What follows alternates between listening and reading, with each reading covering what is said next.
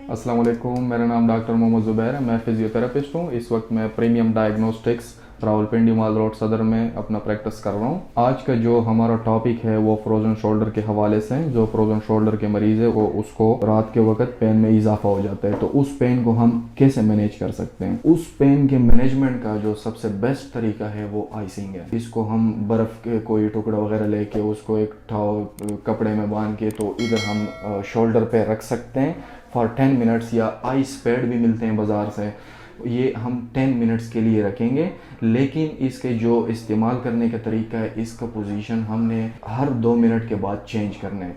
For example 2 minutes के बाद हमने इस साइड पे रखा, फिर 2 मिनट्स के बाद हमने इधर रखा, फिर 2 मिनट्स के बाद हमने इधर रखा। तो इस तरह हम 10 मिनट के लिए हम आइस पैड्स इस्तेमाल करेंगे।